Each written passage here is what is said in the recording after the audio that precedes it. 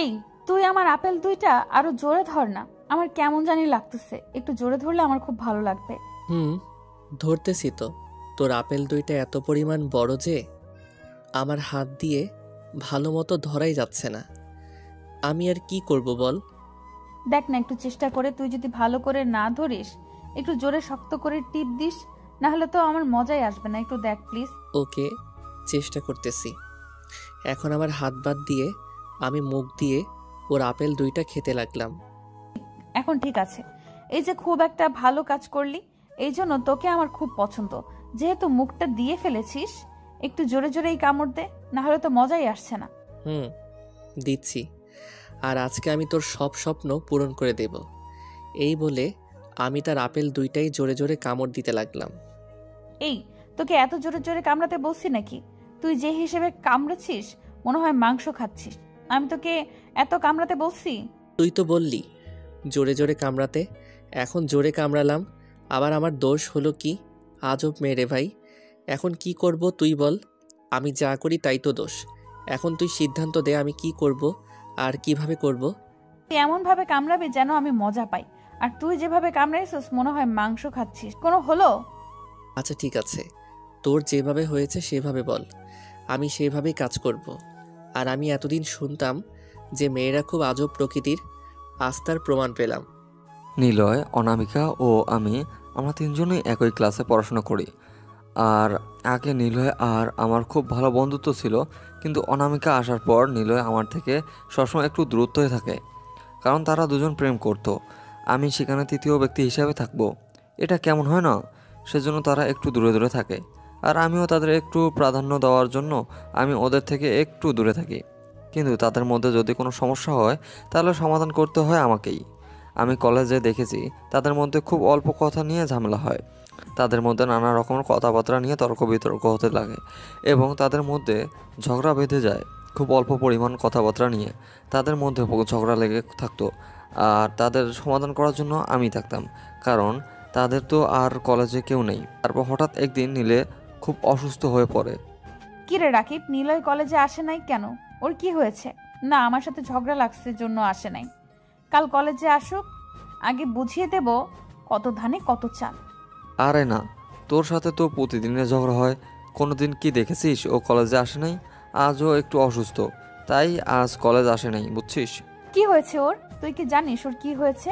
না জানলে চল দেখে আসি কি খবর। আর ওকে যদি আমি একটু না দেখি তাহলে আমার কেমন জানি লাগে। হ্যাঁ, এখন তো তোর মায়া উতলে পড়বে, এখন অসুস্থ হয়ে পড়েছে না। ভালো থাকলে তো সবসময় ঝগড়া করিস ওর সাথে, এখন কি দরকার দেখতে যাওয়া? কিরে নিলয়, তুই অসুস্থ হয়েছিস আমাকে একটু জানাইলেই তো হইতো। জানিস তো তোকে দেখা ছাড়া আমি থাকতে পারি না, তবুও কেন এমন করিস বল? আরে না, হঠাৎ করে অসুস্থ হয়ে পড়েছিলাম। কলেজে যেতে না পেরে খুব মন খারাপ হয়েছিল, কারণ তোকে না দেখলে আমারও কেমন জানি লাগে। হয়েছে। আর পাম দেওয়া লাগবে না, আমি এসেছি জন্য এই কথাগুলো বলছিস। না হলে তো আমাকে একটু ফোনও করতি না, আর কলেজেও যাইতি না। না, সত্যি বলতেছি, তোকে না দেখলে আমার মন ঠিক থাকে না। আর তুই বিশ্বাস করলে কর, না করলে নাই, আমি তোকে নিজের থেকেও অনেক বেশি ভালোবাসি। সেটা আমি জানি। আমি তোর মুখ থেকে শুনতে চাইছিলাম, তাই এগুলো কথা বলে তোর মুখ থেকে জানলাম তোর মনের কথাটা। আরে আপনাদের তো বলাই হলো না যে তাদের প্রেমটা হলো কিভাবে। নিলয় ছিল ব্যাক বেঞ্চার, মানে সবার পিছনে বসে ক্লাস করতো, আর অনামিকা ছিল আমাদের ক্লাসের ফার্স্ট গার্ল। নিলয় দেখতে শুনতে ভালোই হলো, পড়াশোনা একদম কাঁচা ছিল, স্যারদের হাতে প্রতিনিয়ত মার খাইতো, আর এটা দেখে অনামিকা খুব খারাপ লাগতো। আর পাশের নিলয় জানতো না যে অনামিকা তাকে পছন্দ করতো। তারপর একদিন ক্লাসে অনামিকা ও বাড়ির কাজ করে আসে নাই, আর নিলয় তো একদিনও বাড়ির কাজ করে না। তখন স্যার দুজনকে বাইরে বের করে দিয়ে বলল, তোমরা বাইরে গিয়ে দাঁড়িয়ে থাকো। তখন ওরা দুজন বাইরে গিয়ে দাঁড়িয়ে থাকলো। কি ব্যাপার, তুই তো প্রতিদিনই বাড়ির কাজ দেশ, তাহলে আজ কেন দেশ নাই? না তুই কারোর সাথে কালকে ঘুরতে গিয়েছিলি, এজন্য বাড়ির কাজ করতে পারিস নাই? আরে তেমন কিছু না, তুই একদিনও বাড়ির কাজ করিস না, সেই জন্য আমিও একদিন দেখলাম বাড়ির কাজ না করলে কি হয়, তাই একটু শাস্তিটা উপভোগ করার জন্য আর বাড়ির কাজটা করিনি। ভালোই হয়েছে, তাহলে তুইও বাড়ির কাজ করিস না, আমিও করি নাই। দাঁড়িয়ে থাকতে খুব ভালোই লাগতেছে। এই শোন, কাল থেকে তোর খাতা আমাকে দিবি, আমি তোর বাড়ির কাজ করে এনে দিব। তবু এখানে তুই দাঁড়িয়ে থাকিস না, আমার ভালো লাগে না। ও নিয়ে গেলে তো ভালোই হয়। এখন দেখছি তুই আমার ভালো বন্ধু, তাছাড়া কেউ আমাকে দেখতেই পারে না। সবাই আমাকে দেখলে মজা নেয়, বুঝছিস? এখন থেকে আর মজা নিতে পারবে না। তুই সবার আগে খাতা দিবি স্যারকে, তখন দেখবি স্যার তোকে সম্মান করতেছে। আজ খাতাটা দিলে আমার মনের সব কথা ওই খাতায় লিখে দিব। নিলয় অনামিকা গভীর সম্পর্কে জড়িয়ে পড়ে। তখন তারা কলেজে গিয়ে এক ব্রেঞ্চে বসতো, একসাথে টিফিন করতো, একসাথে ক্যাম্পাসে যাইতো ঘুরতে। তাদের এই ব্যবহারগুলো দেখে যে কোনো একজন বলতে পারবে যে তারা দুজন প্রেম করতেছে। কিন্তু কে কি বলুক, তাদের কোনো শোনার টাইম নেই। তারা দুজন প্রেম করে চলছে। তারপর একদিন নিলয় আর আমি ক্যাম্পাসে ঘুরতে যাব। তখন অনামিকা আমাদের সামনে এসে পড়ে। এই রাকিব, তুই একটু সরে যা তো, নিলয়ের সাথে আমার একটু কথা আছে। এই নিলয়, শোন না, কাল আমাদের বাসায় কেউ থাকবে না, তুই কাল আমাদের বাসায় চলে আসিস। না রে, কাল আমার অনেক কাজ আছে, আমি যেতে পারবো না। কালকে আমাদের বাড়িতে মেহমান আসবে তো, তার খরচ করা লাগবে। এই জন্য আমি আর কি বাজারে যাব কালকে। ও বুঝছি, মেহমান আসবে, মেয়েও আসবে অনেকগুলো, তাই না? সেজন্যই তো আসবি না। আর এখন কি আমার প্রয়োজন আছে নাকি? আরে তেমন কিছু না, প্রথমবার মেহমান আসবে আমাদের বাড়িতে, তাই আর কি বললাম। ওকে ঠিক আছে, আমি চেষ্টা করে দেখব যেতে পারি কি না। চেষ্টা করে না, তোকে আসতেই হবে আমার জন্য, বুঝেছিস? তুই যদি না আসিস তাহলে আমি তোর সাথে আর জীবনে কথা বলবো না। ওকে ঠিক আছে যাব, কিন্তু আমার একটা শর্ত আছে। যদি মানিস তাহলে যাব, আর যদি না মানিস তাহলে যাব না। বল, শর্তে রাজি আছিস কি? বল, তুই যে শর্ত দিবি আমি সেই শর্তই পালন করব। তবু তোকে আশাই লাগবে। এখন বল, তোর কি শর্ত, আর আমি পালন করতে পারি কিনা দেখি। আমি যদি তোদের বাসায় যাই, আমি যেটা করতে চাইবো, সেটা খাইতে চাইবো, সব দিতে হবে। যদি মানিস তাহলে যাই, আর যদি না মানিস তাহলে যাব না। আমি তো সব শর্তে রাজি আছি, তুই আগে আয়, তারপর দেখ আমি শর্ত পালন করি কি না। তুই না এসে কিভাবে ভাবতে পারলি যে আমি শর্ত পূরণ করতে পারবো না? এসব কথাবার্তা বলে আমি রাতের মধ্যে অনামিকাদের বাসায় চলে গেলাম। গিয়ে দেখি সত্যি সত্যি তাদের বাসায় কেউ নাই, আর অনামিকা আমাকে দেখে চমকে উঠল। ও তুই এসেছিস তাহলে, আমি তো মনে করেছিলাম আসবি না। আচ্ছা তুই বস, আমি একটু রান্না করে আনি, তারপর খেয়ে দিয়ে কথা বলি। আমার খাওয়া দাওয়া লাগবে না, তুই এখানে আয়, আগে তোর সাথে কথা বলি। আজকে তোর মুখটা ভালো করে দেখি নাই, আর তোর ওই মায়াবী মুখটা না দেখলে আমার ভালো লাগে না। আয়, তারপর রান্না করিস না কি করিস কর। তখন আমি ওর কাছে গেলাম এবং পাশে বসে তার দিকে তাকালাম। তখন যেন তার চোখ থেকে কেমন জানি একটা মায়া অনুভব করতে পারছি। শোন, আমার খাওয়া দাওয়া কিছু লাগবে না, তোর ওই মায়াবী চোখ দেখে সারা রাত পার করে দিতে পারবো। আর তোর এই মায়াবী চেহারা দিয়ে আমাকে একটু আদর করে দে, তাতেই হবে। আমার খাওয়া দাওয়া লাগবে না। তখন আমি নিলয়কে আদর দিতে লাগলাম। কিছুক্ষণ পর আমরা দুইজন যেন এক অজানা শহরে চলে গেলাম। আমি প্রতিদিনই দেখি তোর আপেল দুইটা খুব বড়, তোর আপেল দুইটা আমাকে ধরতে দে না প্লিজ। তোকে মানা করেছে কে? এই জন্যই তো তোকে আমি ডেকেছি, বুঝেছিস? আর তুই যদি এগুলো না করিস তাহলে আমি তোকে কিসের জন্য ডাকলাম? এই কথা বলার সাথে সাথে নিলয় আমার আপেল দুইটা ধরতে লাগলো। আমি প্রতিদিন দেখতাম যে তোর আপেল দুইটা বড়, আর এখন দেখতেছি এত পরিমাণ বড় যে আমার হাত দিয়ে ধরতে পারতেছি না। এখন কি করি বল? শোন, হাত দিয়ে ধরতে না পারলে মুখ দিয়ে চেষ্টা কর, বুঝেছিস? কোনোভাবেই মজা নিতে হবে না, না হলে আজ আমাদের সারা রাতটা বৃথা যাবে। তখন আমি ওর আপেল দুইটাই মুখ দিয়ে কামড় দিতে লাগলাম এবং শরীরে লাগলাম, আর শক্ত করে ওকে জড়িয়ে ধরলাম। যাই হোক, এইভাবে আমরা কিছুক্ষণ রোমান্স করতে লাগলাম। কমেন্ট করার পর আমি বাড়ি আসব, কিন্তু অনামিকা আমাকে বাসায় আসতে দেবে না। অনামিকা বলে যে আজ সারা রাত আমরা রোম্যান্স করব, তুই এখানেই থাক, বাড়ি গিয়ে কি করবি।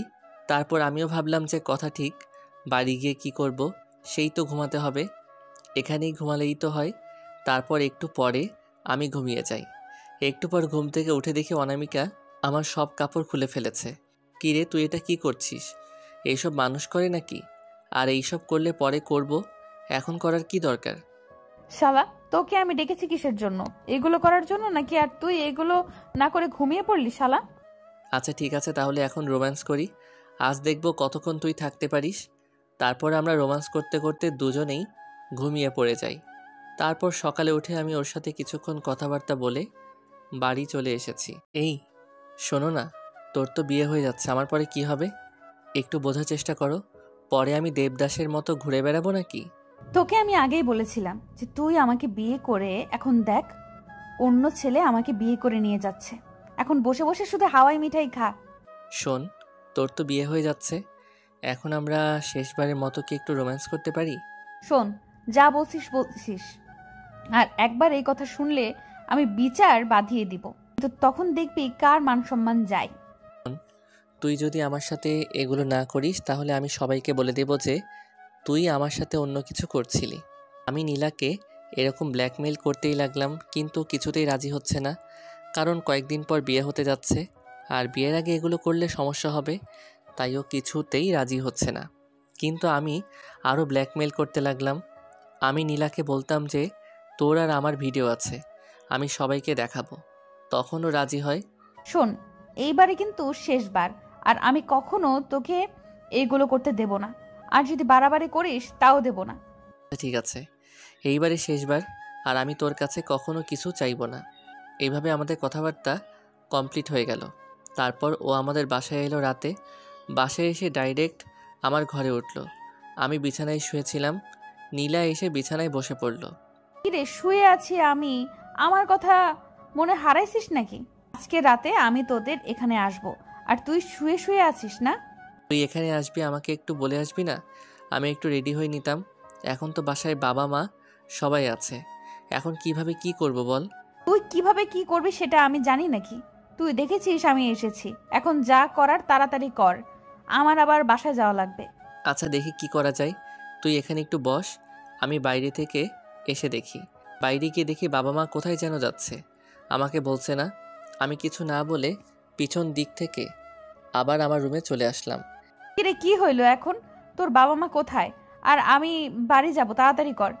এই তো, তুই রেডি হ, আমি এইমাত্র শুরু করব। এ কথা বলে আমি নীলার দিকে এগিয়ে গেলাম আর নীলার কাছে গিয়ে বসলাম।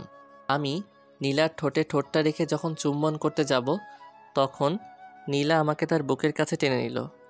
তখন আমি নীলার বুকে গিয়ে তাকে চুম্বন করতে লাগলাম। এই বিয়েতে না আমার একদমই মত নেই, তোকে ছাড়া আমি একদমই থাকতে পারি না। কিন্তু তুই তো আমাকে ভালোবাসিস না, কার কাছে থাকবো আর? আমার কাছে ডাকিস শুধু ব্যবহার করার জন্য, আমাকে একটুও ভালোবাসিস না তুই। আরে না, আমি তোকে সত্যি ভালোবাসি, কিন্তু কি আর করার, আমি এত ছোট বয়সে বিয়ে করি কিভাবে, এটাও তো একটা ভাবার বিষয় নাকি? হয়েছে, থাক, আর চাপা মারা লাগবে না। এখন রোম্যান্স করছিস, এখন এই রোম্যান্সের মধ্যে থাক। আমার একটু ভালো লাগতেছে, তোর কাছ থেকে একদমই জানতে মন চাইছে না। তারপর আমি কামালকে আমার কাছে টেনে নিয়ে গেলাম, বললাম যে এত ছোট নারিকেল তুই বড় করেছিস, সেই নারিকেলের দাবিদার মাত্র তুই একাই। আচ্ছা, নারিকেল দুইটার সত্যি বলছিস? তোর নারিকেল বড় হওয়ার পেছনে আমি দায়ী, কারণ তুই ছোটবেলা থেকে আমার সাথে রোম্যান্স করতি, আর এই জন্যই তো নারিকেল দুইটা আরও বড় হয়ে গেছে। আর তুই ভাবিস না আমি নারিকেলের সব রস চুষে খেয়ে নেব, তোর মধ্যে একটু রাখবো না। একটু আস্তে আস্তে কামড়ান, আমার খুব ব্যথা হচ্ছে। এত জোরে না কামড়িয়ে একটু আস্তে আস্তে কামড়া, তাহলে তুইও মজা পাবি, আমিও মজা পাই, বেশ ভালোই জমবে। তখন কামাল আমাকে এমন ভাবে রোম্যান্স দিতে লাগলো যেন আমি তার মধ্যে ঢুকে গেলাম। এই শুন, তুই যদি আমাকে বিয়ে করতি তাহলে আমি আর অন্য ছেলেকে বিয়ে করতাম না। আমার আর এই দেহ কয়জনকে দেব বল? একমাত্র এই দেহের অধিকার কেবলমাত্র তোরই। প্লিজ তুই আমাকে বিয়ে কর। রোম্যান্স করতেছি, রোম্যান্স করতে দে, এগুলো নিয়ে পরে কথাবার্তা হবে, এখন আমি রোম্যান্স করি। আমি নীলার ব্যাগ খুলে বুকের উপর শুয়ে রোম্যান্স করতে লাগলাম। রোম্যান্স করতে করতে এক পর্যায়ে আমাদের রোম্যান্স শেষ হয়ে গেল। তখন আমি নীলাকে বললাম যে বাড়ি যা, আমি ঘুমাবো। এই শোন না, তুই আমাকে বিয়ে করবি কিনা বল, তাহলে আমি বাড়ি গিয়ে বিয়ে ভাঙানোর ব্যবস্থা করি। সত্যি আমি তোকে ছাড়া থাকতে পারবো না। আমিও চাই তোকে সারা জীবন আমার কাছে রাখতে, কিন্তু কি আর করব বল, আমি এখনো ছোট, ইনকাম করতে পারি না, তোর বাবা মা জীবনে মেনে নেবে না, আর আমার বাসা থেকেও মেনে নেবে না, তাহলে আমি কি করি বল? তুই কি করবি কর, আমি সারা জীবন তোর সাথে থাকতে চাই, এটাই আমার চূড়ান্ত সিদ্ধান্ত। আর যদি তুই আমাকে বিয়ে না করিস, আমি তাহলে গলায় ফাঁস দিয়ে মরে যাব, তখন তুই কিছু বলতে পারবি না কিন্তু। আচ্ছা দেখি, কালকে আমি আমার বাবা মাকে বলে দেখি কি করে, আর তুই তোর বাবাকে বলিস, দেখি কি করে, তারপর ডিসিশন নেই আমরা কি করব। এসব কথাবার্তা বলতে বলতে আমরা দুজনেই যে কখন ঘুমিয়ে গেলাম তা বলতেই পারি না। তারপর রাতে এক পর্যায়ে আমি ঘুম থেকে উঠে দেখি নীলা আমার পাশে শুয়ে। তখন আমি নীলাকে ঘুম থেকে উঠালাম আর বললাম, কিরে তুই বাসায় যাস নাই? আর শোন, তোকে যদি আমার বাবা মা দেখে তাহলে আজকে পুরো একটা দাঙ্গা হয়ে যাবে। এখন যেভাবে পারিস তুই বাসায় চলে যা। না, আমি আর বাসায় যাব না। তোকে ছাড়া আমি একটুও থাকতে পারবো না। তুই আমাকে যা করার তাই কর, কেটে ফেলে দে, না হয় বাইরে ফেলে দে। আমি তোর এখান থেকে যাব না, এটাই আমার চূড়ান্ত সিদ্ধান্ত। কি জ্বালায় পড়লাম রে বাবা, কেন যে তোকে ডাকলাম আর কেনই যে এগুলো হচ্ছে আমি কিছুই বুঝতে পারতেছি না। আমি বললাম তো কালকে আমি আমার বাবা মাকে বলে দেখি কি করে, তারপর সিদ্ধান্ত নেই আমরা। আচ্ছা ঠিক আছে, কিন্তু আজকে রাতে আমি তোর এখানেই থাকি। কাল সকালে কেউ ঘুম থেকে না উঠতেই আমি তোদের বাসা থেকে বেরিয়ে যাব, কেউ টের পাবে না। এই বলে আমরা দুজন আবার শুয়ে পড়লাম। কিন্তু কিছুক্ষণ পর কামাল আবার আমার উপরে চলে আসলো, কিন্তু আমি কিছু বললাম না, কারণ সে মনে হয় মজা করছে এটা ভেবেই। তারপর দেখি সে সত্যি সত্যি রোম্যান্স করার জন্য আমার উপরে বসে আছে। এখন আমি কি করি নিজেই উপায় খুঁজে পাচ্ছি না। উপায় না পেয়ে আমিও ওর সাথে রোম্যান্স করতে লাগলাম। তোর অসহ্য লাগছে নাকি? অসহ্য লাগলে বল, আমি আর এগুলো করবো না। আমি চাই না তুই কষ্ট পাস। আরে না, কি বলছিস, আমার তো ভালোই লাগছে। তুই যদি আমাকে বিয়ে করতিস তাহলে তো প্রতি রাতে এরকম মজা নিতে পারতিস।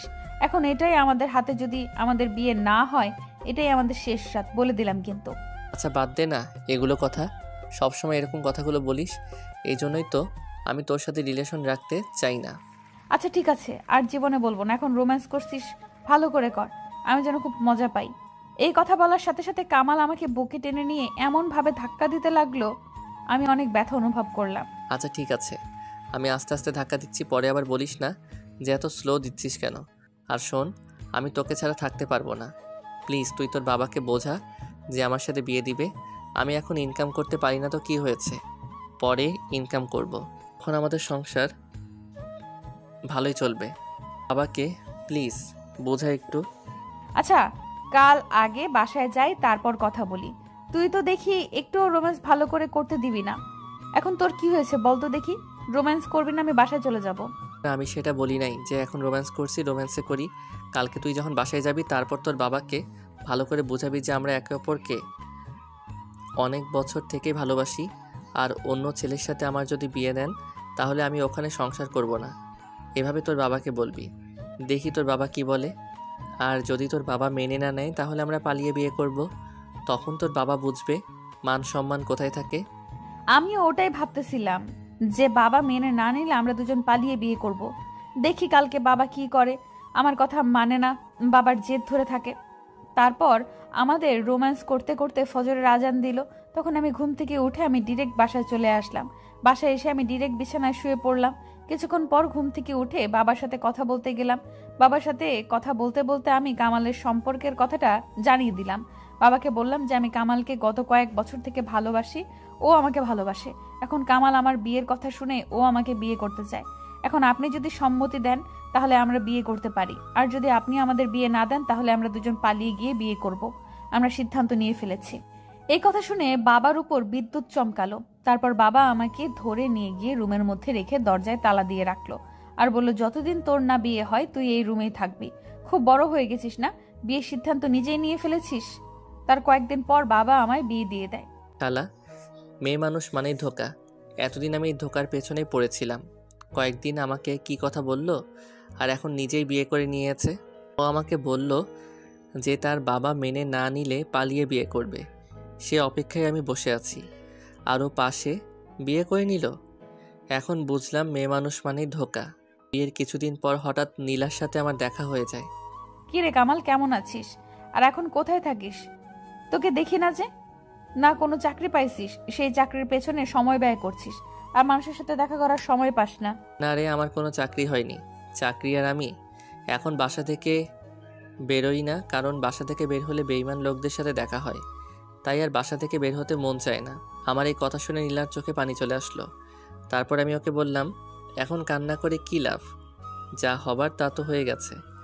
এখন তুই সুখে শান্তিতে সংসার করে খা, এটাই আমার কামনা। আচ্ছা ভালো থাকিস। বেইমান লোকদের সামনে আমার বেশিক্ষণ থাকতে মন চায় না। আমি বাসায় যাব। সব ভালোবাসা কখনো পূর্ণতা পায় না। কিছু কিছু ভালোবাসা হয়তো পূর্ণতা পেয়েও পায় না, হাতছাড়া হয়ে যায়। সেরকম একটা ভালোবাসার গল্প ছিল। হ্যাঁ, রোমান্সটা একটু বেশি ছিল, এইটা ওইটা ছিল, সব কিছু মিলিয়ে কিন্তু ভালোবাসার গল্পটা সত্যি অসাধারণ ছিল। অ্যান্ড দিন শেষে দুজন দুজনের হতে পারলো না, এটাই সবথেকে কষ্টের ব্যাপার। ভালোবাসলেই যে একে অন্যকে পাইতে হবে এরকম কোনো কথা নেই।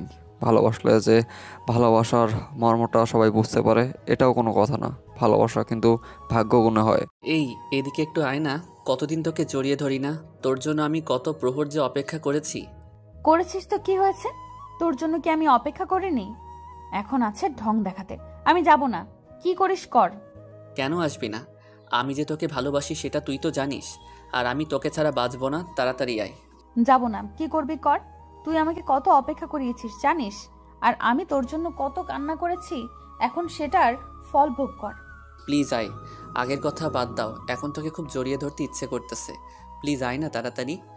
ওকে যাব, তবে একটা শর্ত আছে। সেই শর্ত যদি মানিস তাহলে যাব, আর যদি না মানিস তাহলে যাব না, আর তোর সাথে কথা বলবো না। ওকে, তোর সব শর্ত মানব। আগে তুই আয়, তোকে একটু জড়িয়ে ধরি। আমার খুব ইচ্ছে করতেছে। আর তোর শর্ত বল দেখি। তুই যদি আমাকে বিয়ে করিস, শুধু জড়িয়ে ধরা না, আরো অনেক কিছু করতে দেব। বল, আমাকে বিয়ে করবি? করব বিয়ে। তুই তো আমার মনের কথা বলে দিলি। আমিও মনে মনে এটাই চাইতাম। এখন দেখি তুই বললি, যাক ভালোই হইল। আমি জানি তুই মিথ্যা বলছিস। আমাকে জড়িয়ে ধরার জন্য এসব বাহানা বানাচ্ছিস। আমি ছোট না, এখন আমি সব বুঝি। আমাকে বোকা বানানোর চেষ্টা না। আরে না, আমি তোকে সত্যি বিয়ে করব। আমি এতদিন মনে মনে শুধু তোকেই চাইতাম। এখন তুই বিশ্বাস না করলে নাই। আচ্ছা, তুই যদি আমাকে সত্যি ভালোবাসিস, তোকে একটা কথা বলি। বল, তোর সব কথাই আমি শুনবো। তোর জন্য আমার জীবন বাজি রাখতেও পারি। তুই শুধু একবার বলে দেখ। হইছে। ঢং করা লাগবে না। আমি শুধু তোদের গ্রামের নদীর তীরে গিয়ে 2-3 ঘন্টা আড্ডা দিতে চাই। বল, নিয়ে যাবি কি? ওকে, তুই গেলে আমার আর কি করার। আর শোন, নদী তেড়ে গেলে কিন্তু আমায় জড়িয়ে ধরতে দিতে হবে। যদি জড়িয়ে ধরতে না দিস তাহলে আমি যাব না। চল, নদীর তীরে তো আর কেউ থাকবে না। তখন যা করার ইচ্ছা তাই করবি। আর যদি পারিস, সাথে সেফটিও নিয়ে আসিস। এই কথাগুলো শুনে মাসুদ অবাক হয়ে গেল। এই জন্য মেঘ না চাইতে বৃষ্টি এরকম হয়ে গেল কি? আর কি করার, মাসুদ রেডি হয়ে নিল। এখন তারা নদীর তীরে যাওয়ার জন্য দুজনেই রেডি হচ্ছে। তারপর তারা দুজনেই চলে গেল। তারপর দুজনে নদীর তীরে বসে গল্প করতেছে। শোন না, আমি তো সাথে সেফটি নিয়ে এসেছি। এখন কি কিছু করব, না শুধু বসে গল্প করব? এখন কি সব মুখে বলতে হবে নাকি? বাসায় লোকজনের জন্যে তোকে এখানে এনেছি, আর তুই বলছিস কিছু করব নাকি? তুই এত বোকা কেন বলতো? কে আমার দিকে এগিয়ে আয়। আগে তোকে একটু ভালো করে দেখে নিই, তারপর আস্তে আস্তে সব কাজ করে নেব। যা করবি তাড়াতাড়ি কর। আমার আর তর সইছে না। কত দিন থেকে যে তোর সংস্পর্শ পাই না। তোর সংস্পর্শ পাওয়ার জন্য আমার মন আকুল হয়ে আছে। করছি তো। আর শোন, আমি তোর সাথে ইয়ে করতে চাই, মানে বাসরাতে স্বামী স্ত্রী যেটা করে আমি তোর সাথে সেটা করতে চাই। করবি? আমি মানা করেছি কোথায়? আর আমরা এখানে এসেছি তো এগুলো করার জন্যই। আজ তোর যা মন চায় তাই করবি, আমি কোনো বাধা দিব না। এই না হলে তুই আমার মামাতো বোন। তাই তো সবাই বলে, মামাতো বোন থাকলে পৃথিবীর সব সুখ শান্তি পাওয়া যায়। আজ বিষয়টা উপলব্ধি করতে পারলাম। ওইসে, এখন যা করার তাড়াতাড়ি কর। আর শোন, যা করবি আস্তে আস্তে করবি, না হলে কিন্তু আমার মুখ ব্যথা হবে। আর আমার ব্যথা হইলে তোকে কিন্তু ওষুধ এনে দিতে হবে। আচ্ছা, যা করব আস্তে আস্তে করব। আর আস্তে আস্তে করার পর তুই যদি ব্যথা পাস তাহলে পরে দেখা যাবে। ওকে, তাহলে আমি কাজ শুরু করি। এই বলে আমার মামাতো ভাই আমার সংস্পর্শে এলো। তারপর তার ঠোঁট আমার ঠোঁটের সাথে মিলিয়ে কামড় দিতে লাগলো। সে আমার ঠোঁটে কামড় দিতে দিতে আমার অন্যের স্পর্শ করতে লাগলো। তখন আমার গা শিউরে উঠল। তারপর আমি আমার মামাতো ভাইয়ের দিকে আরো অ্যাট্রাকটিভ হয়ে বললাম, আরো ভালো করে ধর না। আর শোন, যা করার আস্তে আস্তে করবি। তারপর তারা দুজনে কাজ শুরু করতে লাগলো। তারা দুজনে 20 মিনিটের মতো কাজ সম্পন্ন করলো। এখন মাসুদ বলেছে যে অনেক শক্তি হয়ে আসছে আজকে। তারপর তারা নদীর তীরে গিয়ে ফ্রেশ হয়ে আসলো। এখন তারা বিয়ে কথাবার্তা নিয়ে আলোচনা করতেছে। যাক, অনেকদিন পর মনের আশা পূরণ হলো। এতদিন যা মনে মনে চাইতাম আজ বাস্তবে পরিণত হইল। আমার আর কিছু চাওয়ার নেই। আচ্ছা শোন, এখন কি তোকে আমি তুমি করে বলতে পারি? এখন তো আমাদের সম্পর্ক মামাতো ভাই বোনের না, বরং ভালোবাসার সম্পর্ক। ওকে বল, আমিও তো তোকে তুমি করে বলতে চাই। আমি ভেবেছিলাম তুই আবার কি থেকে কী ভাবিস সেই জন্য বলিনি। আচ্ছা ঠিক আছে, তাহলে তুমি করে বল। তুমি যে আমার সাথে এগুলো করলা, পরে আমাকে ছেড়ে যাবে না তো? তুমি যদি ছেড়ে দাও তাহলে আমি মরে যাব। আরে তুমি পাগল হয়েছো নাকি? আমার জীবন বাজি রেখে হলেও আমি তোমাকে আমার বউ বানাবো। তুই শুধু আমার উপর ভরসা রাখো। আমার উপর ভরসা আছে জন্যই তো তোমাকে এগুলো করতে দিলাম, না হলে তো আর এগুলো করতে দিতাম না। জানি। এখন এদিকে একটু আসো, তোমাকে জড়িয়ে ধরে রাখি। আর একটা কথা, তোমাকে আজ দেখতে খুব সুন্দর লাগতেছে। সে পাম মারা লাগবে না। আমি জানি তুমি আমাকে জড়িয়ে ধরার জন্য এগুলো বলতেছো, সেটা সরাসরি বললেই তো হয়। আজ বিকেলে আমি বাসায় যাব, তোমাকে মনে হয় আর দেখা হবে না। প্রতিদিন ফোন দিয়েও ফোনে কথা বলবো, আর আমি সময় পাইলে দেখা করতে আসবো। তারপর তারা দুজন তাদের কথোপকথন শেষ করে তাদের বাসার দিকে চলে এলো। তারা বাসায় এসে খাওয়া দাওয়া করে সবার সাথে আড্ডা দিয়ে বিকেলে মাসুদ বাসায় চলে গেল। মাসুদ বাসায় আসার পর তার কিছু আর ভালো লাগতেছে না, সেজন্য দেবদাস হয়ে গেল। তারপর মাসুদ সন্ধ্যা পড়তে বসলো। 3-4 ঘন্টা পড়ার পর হঠাৎ করে দেখে মোবাইল একটা SMS আসলো।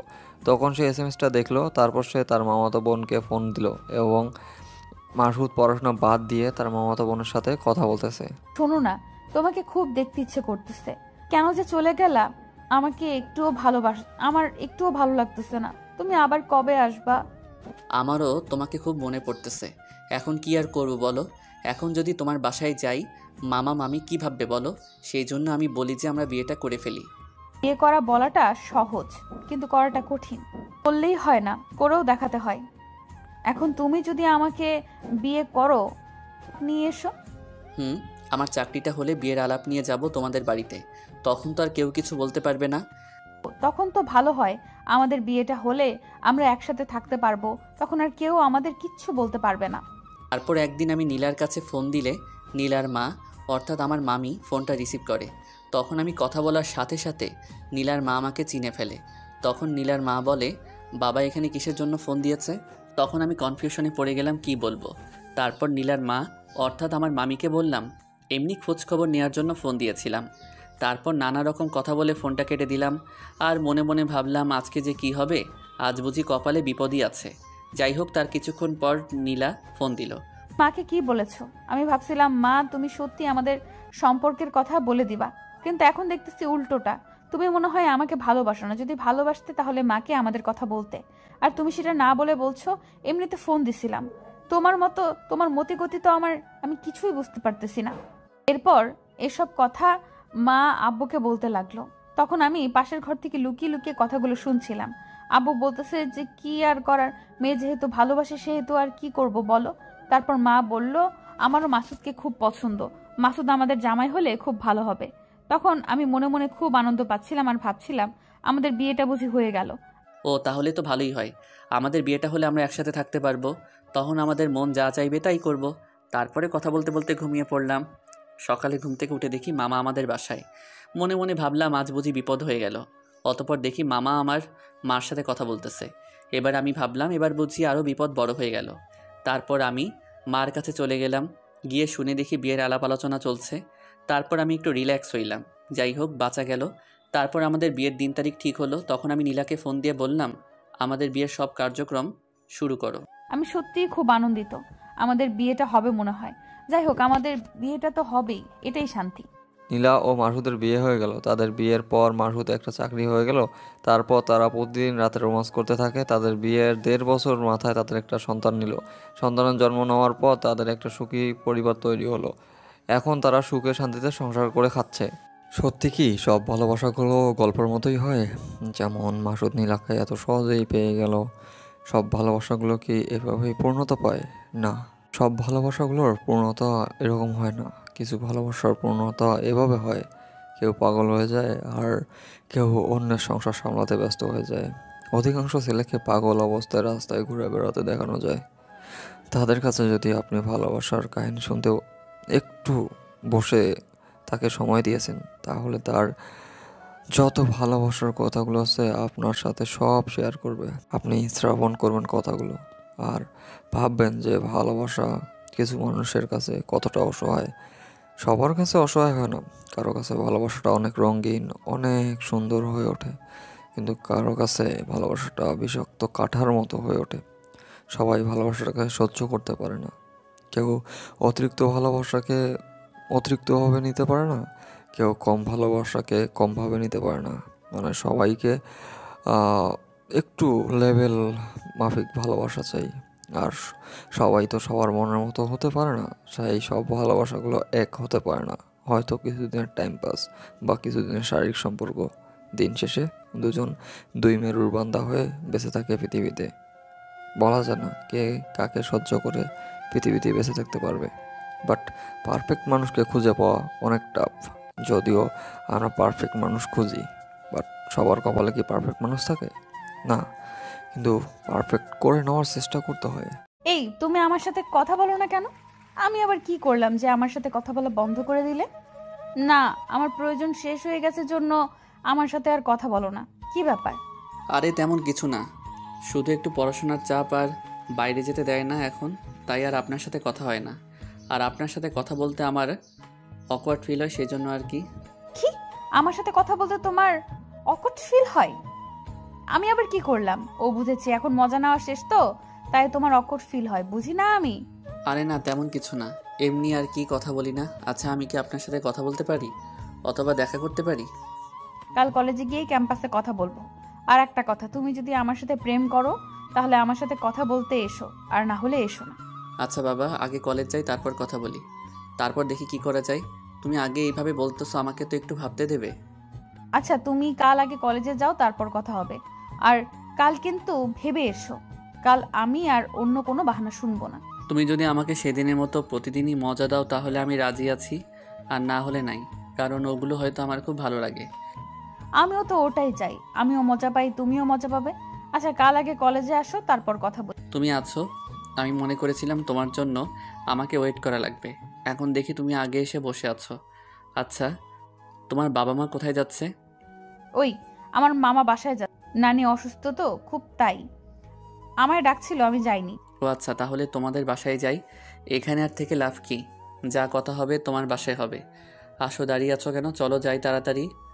আমাদের বাসায় গিয়ে একটু বিছানায় শুয়ে পড়লাম এবং আমার খুব খিদে লাগছে, তাই আমি একটু নাস্তা করলাম।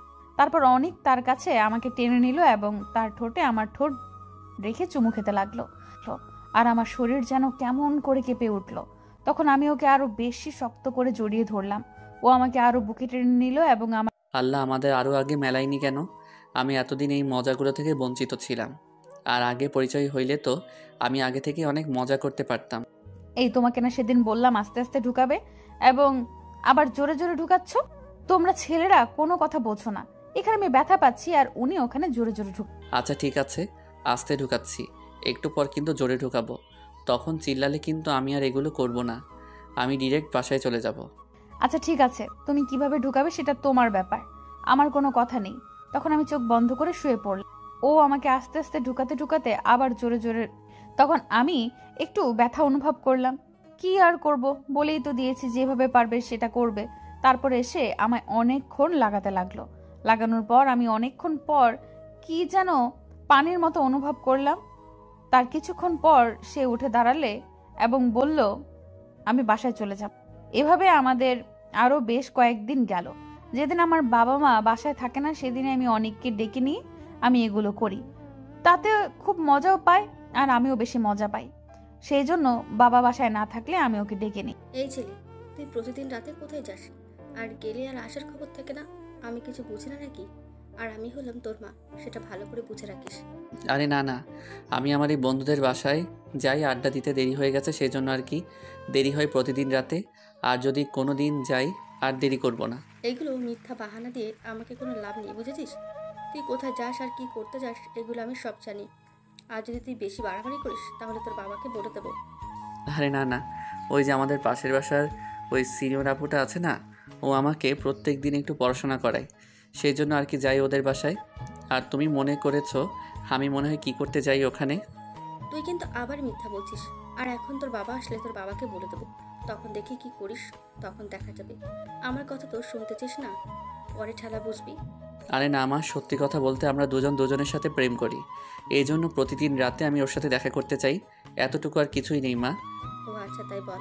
মেয়েটা কিন্তু দেখতে খুব সুন্দর, আমাদের বাসার বউ হলে খুব মানাবে।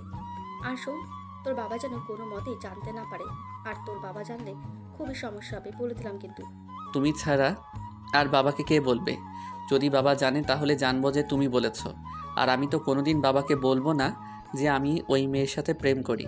আচ্ছা ঠিক আছে, আমি তোর বাবাকে বলবো না। আর যদি তোর বাবা কোনোভাবে জেনে যায় তাহলে আমি ম্যানেজ করে নেব, তুই কোনো কিছু ভাবিস না। এই না হলে তুমি আমার লক্ষ্মী মা। আমি দোয়া করি তুমি যুগ যুগ ধরে বেঁচে থাকো। আর মা মেয়েটা না আমাকে খুব ভালোবাসে। যদি ও আমাকে না পায় তাহলে মনে হয় মরেই যাবে। আর শোন, মেয়েটাকে একদিন আমাদের বাসায় নিয়ে আসবি, আমার সাথে পরিচয় করে দিবি, কেমন? আর যদি না আনিস তাহলে আমি তোকে বাসায় উঠতে দেবো না। এই সাথে মা তোমাকে দেখতে চেয়েছে। মা বলেছে আমি যদি তোমাকে নিয়ে না যাই তাহলে আমাকে বাসায় উঠতে দেবে না। এ কি, তুমি বাসায় সব বলে দিয়েছো? তুমি না আসলে খুব দুষ্ট। এখন এই সব বাসায় বলে দেয়? আরো কয়েকদিন প্রেম করতাম, তারপর বলে দিত। আরে না মা, আমার কাছ থেকে জোর করে শুনেছে। প্রথমে আমি মাকে বলতে চাইনি, পরে বাবার ভয় দেখিয়ে সব শুনেছে। ভিতর ডিম কোথাকার, বাবাকে ভয় করে এত বড় হয়েছে, তাও বাবাকে ভয় করে। আমি বাসার মধ্যে কি করি না করি তা তো আমার বাবা মা জানে না, তাহলে তোমারটা কিভাবে জানলো? এখন তুমি আমাদের বাসায় যাবে কিনা সেটা বলো। আমার মা তোমাকে দেখতে চেয়েছে, এখন তোমাকে যাওয়া লাগবে।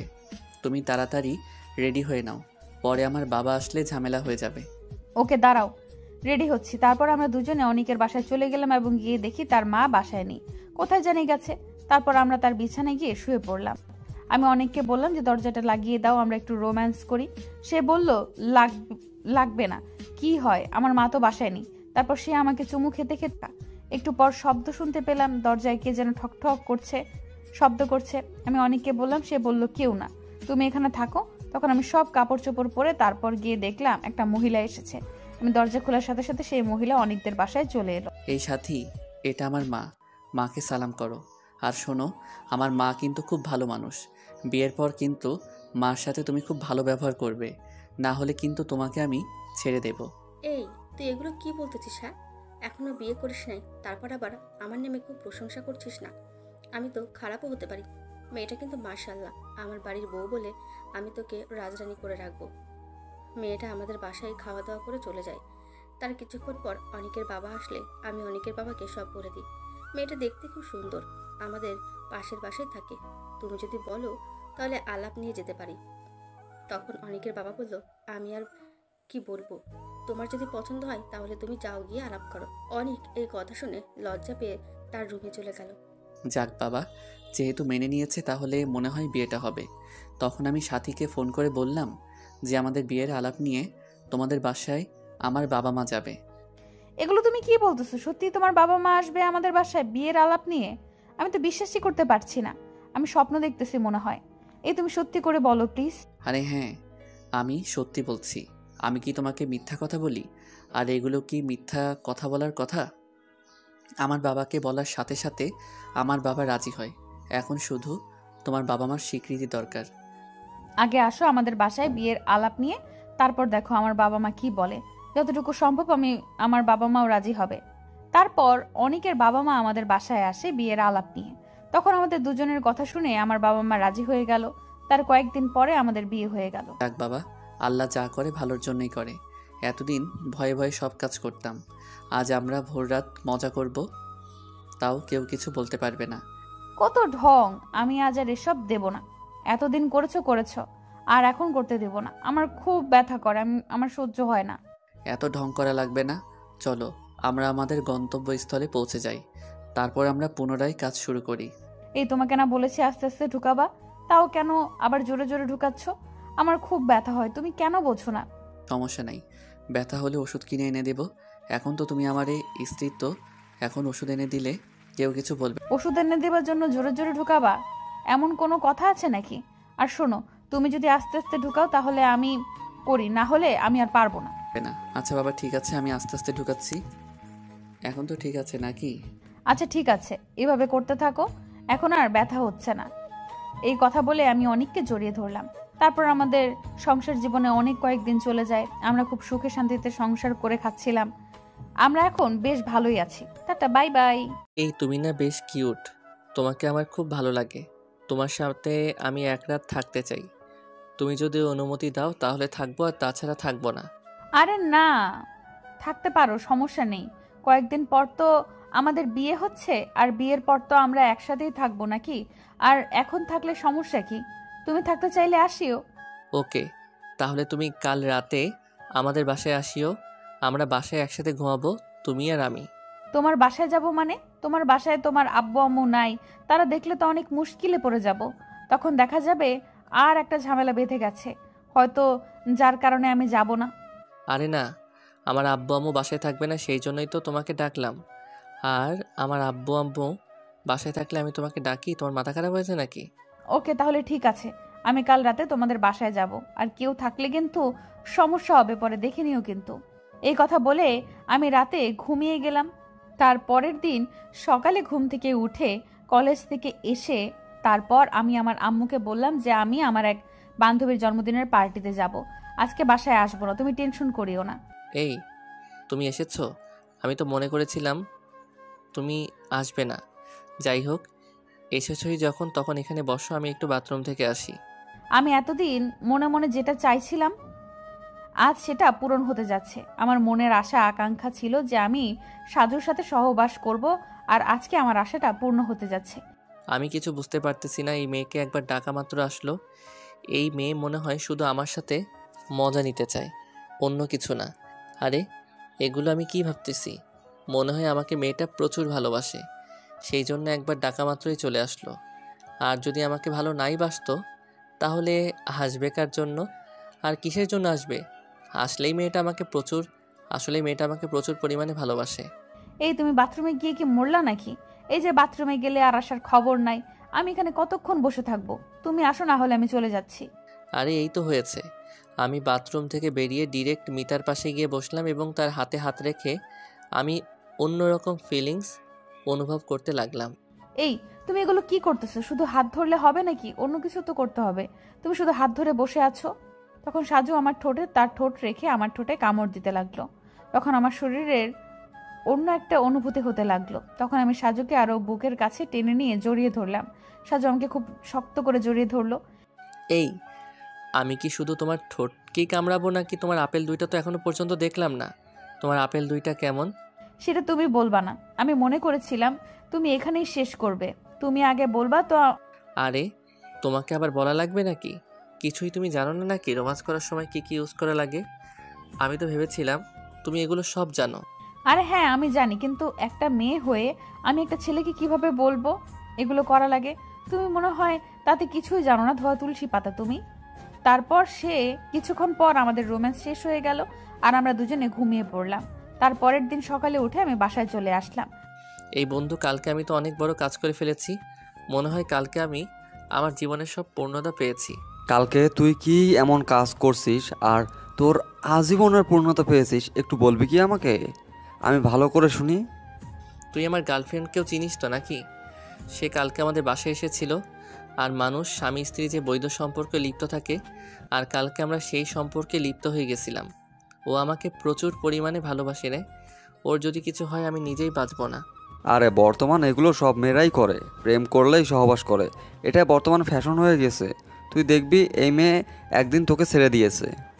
চুপ কর, আমি দেখেছি তোর মুখে কোনো সময় ভালো কথা আসে না। তুই কি ভালো করে কথা বলতে পারিস না, নাকি ইচ্ছে করে বলিস না ভালো কথা? কেন বলতে পারি না ভালো কথা? আমি সবসময় ভালো কথাই বলি। আর তুই এটা লিখে রাখ, ওই মেয়ে একদিন তোকে ছেড়ে দিবে। আচ্ছা, ওগুলো কথা বাদ দে, চল আমরা এখন চা খেয়ে আসি। অনেক দিন একসাথে চা খাই না। আর শোন, মিতা আমাকে প্রচুর পরিমাণে ভালোবাসে, আর এই সম্পর্কে তুই কোনো কথা বলবি না প্লিজ। আচ্ছা ঠিক আছে, আমি মিতার সম্পর্কে কোনো কথা বলবো না। চল এখন আমরা চা খাই। তাও একটা কথা তোকে বলি, মেয়েদের থেকে একটু সাবধানে থাকিস। এই মিতা, তুমি কি আমাকে সত্যি ভালোবাসো না? আমাকে ব্যবহার করতেছো? আমি কিন্তু কিছু বুঝতে পারতেছি না। সেই যে আমাদের বাসা থেকে গেলা, আর আমার সাথে কোনো কথাবার্তা নেই। আরে তেমন কিছু না, বাবা মা সব সময় সাথে থাকে তো, তাই আর কি, কথা হয় না। আর তুমি এটা কিভাবে ভাবলে যে আমি তোমাকে ভালোবাসি না? কে বলেছে তোমাকে আমি ভালোবাসি না? কেউ বলেনি, আমি বললাম আর কি। তোমার ব্যবহারের মধ্যে তো এটাই প্রতিফলিত হচ্ছে। আর শোনো, তুমি আমার সাথে কালকে দেখা করবে। আরে তুমি পাগল হয়েছো নাকি? আমি তোমার সাথে দেখা করতে অনেক বড় বিপদ হবে। বাবা মা যেন কার থেকে কি শুনেছে, এখন আমাকে বাসা থেকে বের হতে দেয় না। আর আমার বাবা মা মনে হয় কয়েকদিন পর বেড়াতে যাবে। তখন আমি ডাকবো, তুমি আমাদের বাসায় আসিও। ওকে ঠিক আছে, তোমার বাবা মা বেড়াতে গেলে আমাকে একটু বলিও, আমি তোমার সাথে দেখা করতে যাব। এই বলে আমি একটু বাজারে গেলাম বাজার করতে। সেখানে গিয়ে মাসুদের সাথে দেখা হয়ে গেল। কিরে বন্ধু, তুই কি মিকার কোনো খবর জানিস? আরে জানবো না মানে, আমাদের বাসার সাথে মিতাদের বাসা, আর আমি জানবো না? এটা কেমন কথা বললি তুই? মিতাদের বাসায় কিছু হয়েছে নাকি? ওকে বলে ওর বাবা মা বাইরে আসতে দেয় না। আমি আজকে ফোন দিলাম, ও এইভাবে বলল। তুই একটু খোঁজ খবর নিয়ে দেখিস তো কি করে। আরে তুই পাগল হয়েছিস নাকি? আর এই কথাগুলো তোকে কে বলেছে? মিতা তো কালকেও কার সাথে যেন ঘুরতে গেল একটা গাড়িতে করে। আরে না, তাহলে তো মনে হয় তুই ভুল দেখেছিস। ও এমনটা করতে পারে না। ও আমাকে প্রচুর পরিমাণে ভালোবাসে। তুই মনে হয় কিছু জানিস না তাতে। আরে আমিও তো এতদিন এটাই জেনে এসেছিলাম যে মিতা তোর সাথে প্রেম করে। এখন দেখি একটা ছেলের সাথে প্রায় সবসময় ঘুরতে যায়। কে ছেলেটা আমি ভালো করে জানি না। একটু খোঁজ খবর নিয়ে দেখিস তো কে ছেলেটা, আর আমাকে বলবি কিন্তু আজকে। আর আমার কিছু ভালো লাগতেছে না, আমি বাসায় যাব, তুই থাক। আচ্ছা ঠিক আছে, তুই তাহলে বাসায় যা, আমি বাজার করে বাসায় গিয়ে শুনি ছেলেটা কে, তারপর তোকে ফোন করে বলবো। কিছুক্ষণ পর আমি সাজুকে ফোন দিলাম। আমি এইমাত্র খবর পেলাম গ্রামের লোকজনদের থেকে ওই ছেলেটা নাকি মিতাকে বিয়ে করবে। তুই এগুলো কি বলতেছিস? মাথা খারাপ হয়েছে নাকি? আর শোন, তুই ভালো করে শুনে দেখ কি হয় সেখানে। ঠিক আছে, আমি ভালো করে শুনতেছি, শুনে তোকে ফোন দিয়ে জানাচ্ছি। তারপর আমি মিতার ব্যাপারে অনেক খোঁজ খবর নিলাম। পরে আমি শুনতে পাই যে 2 দিন পরে মিতার বিয়ে। আমার খুব ভয় করতেছে, যদি এই কথা শুনে আমি সাজুকে বলি, সে কি করবে, হয়তোবা মরে যাবে। তাই আমি সাজুকে কিছু বললাম না।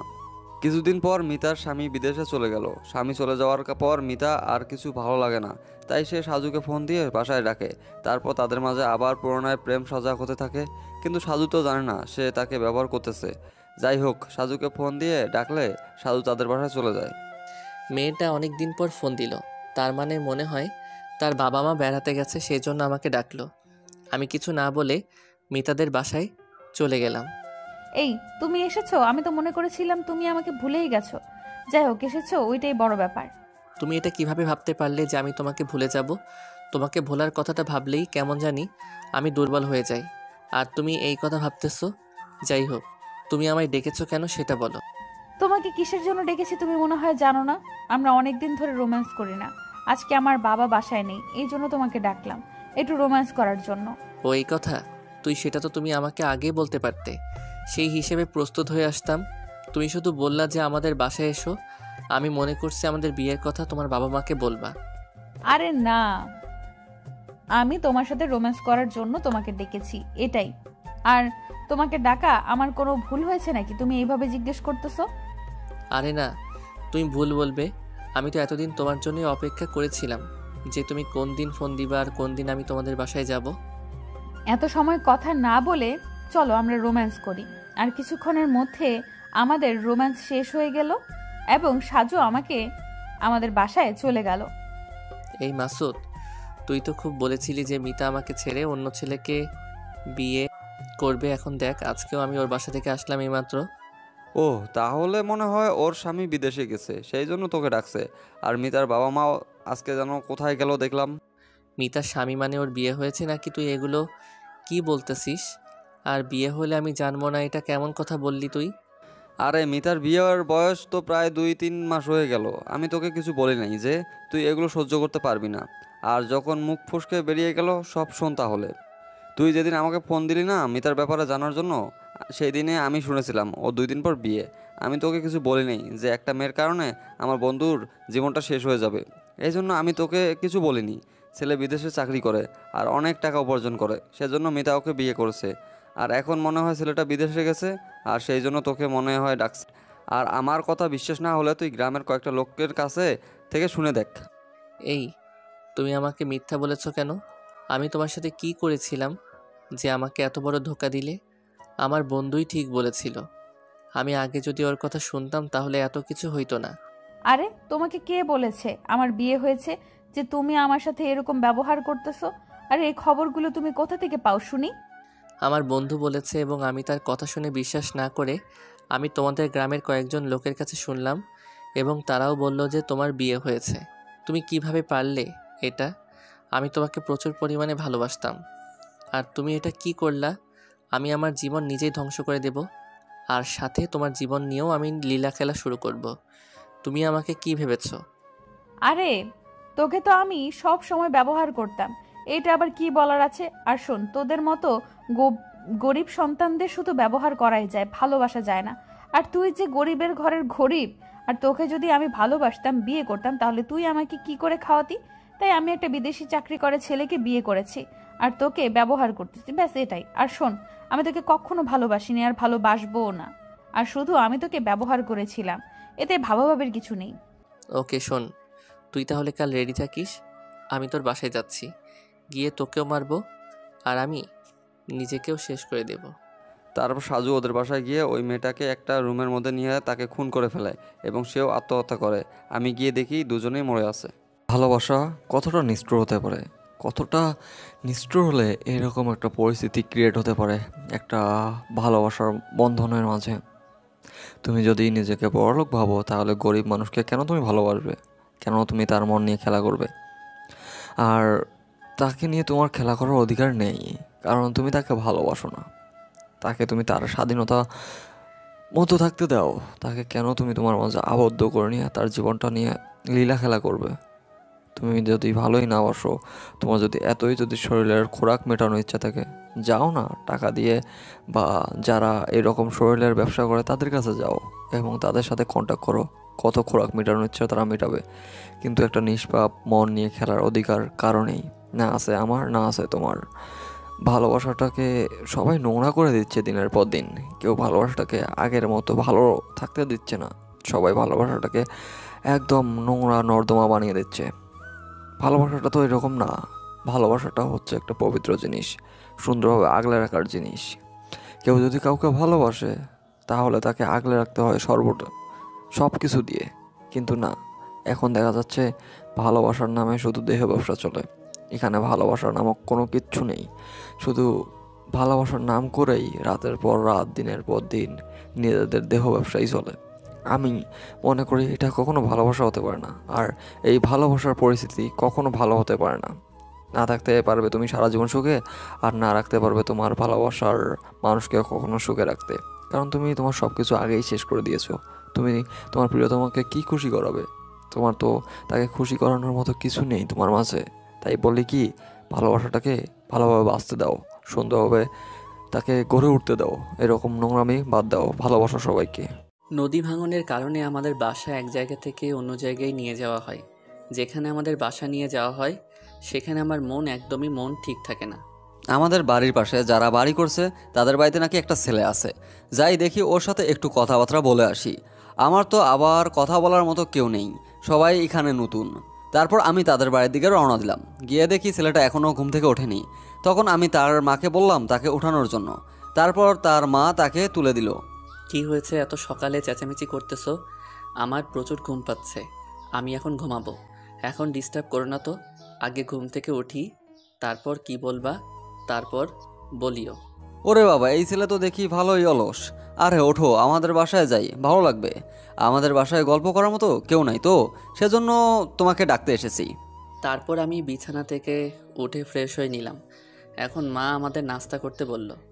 তখন আমি আমাদের প্রতিবেশী ছেলেটাকে ডেকে এনে দুজনে বসে নাস্তা করলাম। চলো আমাদের বাসায় যাই, আমাদের বাসায় গল্প করার মতো কেউ নেই, তাই তোমাকে ডাকতে আসলাম। তারপর আমরা দুজনে মিলে সুজনদের বাসায় চলে গেলাম। তাদের বাসায় গিয়ে দেখি একটা ফুটফুটে মেয়ে, দেখতে খুব সুন্দর। তখন আমি সুজনকে জিজ্ঞেস করলাম, এই মেয়েটাকে? তারপর সুজন বলল, ও আমার বোন হয়। ভাইয়া, এই ছেলেটাকে আগে তো কখনো দেখিনি, আমাদের এলাকায় নতুন নাকি? এই বলে আমি মনে মনে ভাবতেছি, ছেলেটা তো খুব সুন্দর। তারপর আমি ছেলেটার সাথে কথা বলার জন্য এগিয়ে গেলাম। আমি সুজনের বোনের সাথে কথা বলার চেষ্টা করলাম। কিছুক্ষণ পর কথাও বললাম। তারপর আমাদের ভালোই পরিচয় হলো। তারপর আমরা তিনজন নানা রকম কথাবার্তা বলতে লাগলাম। যাই হোক ভাইয়া, কিন্তু একটা ভালো ছেলে বন্ধু বানাইছে। আমি মাসুদকে জিজ্ঞেস করলাম, আপনি কি পড়াশোনা করেন? হ্যাঁ, আমি পড়াশোনা করি। আমি ঢাকা বিশ্ববিদ্যালয়ের অনার্সের 3য় বর্ষের ছাত্র। নদী ভাঙনের কারণে বাসায় এসেছি। বাসায় একটু কাজ করা লাগবে, সেই জন্য আর কি আসা। ও ভালো, চালিয়ে যান, ভবিষ্যৎ ভালো হবে।